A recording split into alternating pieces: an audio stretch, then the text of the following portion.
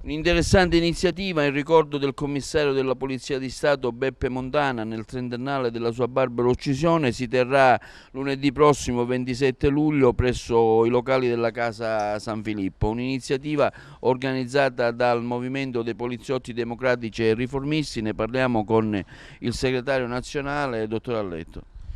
Allora, innanzitutto è una bella manifestazione perché dopo 30 anni dalla barbara uccisione di un nostro commissario di polizia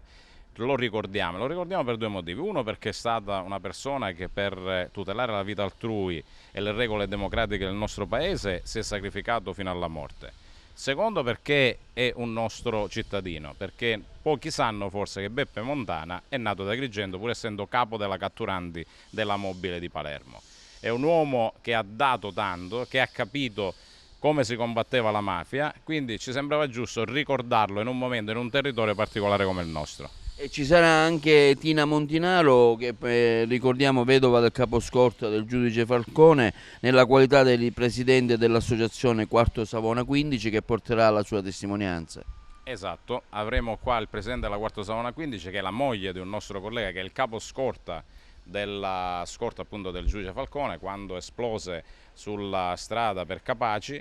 e quindi una testimonianza di ciò che vive una donna e una famiglia che perde l'uomo della propria vita, il padre, il marito, l'amico, e quindi una testimonianza perché ci sarà un dibattito dove ci sarò io, ci sarà il questore, ci saranno insomma persone che si interessano dell'antimafia, della sicurezza della nostra città. Ecco, per finire ci sarà anche un quadro, una opera realizzata in olio su tela dell'artista Nicoliello Moraldo, che tra l'altro è anche un assistente capo della Polizia di Stato, che donerà qui alla Questura di Agrigento. È un dipinto appunto in olio fatto su tela da un poliziotto che è un artista, che è un assistente capo della Polizia di Stato, che tra l'altro era uno di quegli uomini che doveva essere della scorta di Borsellino, che per una combinazione, per fatalità, gli fu cambiato appunto il turno e quindi non esplose insieme agli altri colleghi. Quindi come vedete è un collegamento su tutto ciò che facciamo. E poi ci saranno delle targhe che doneremo alle personalità che si sono distinte appunto nella lotta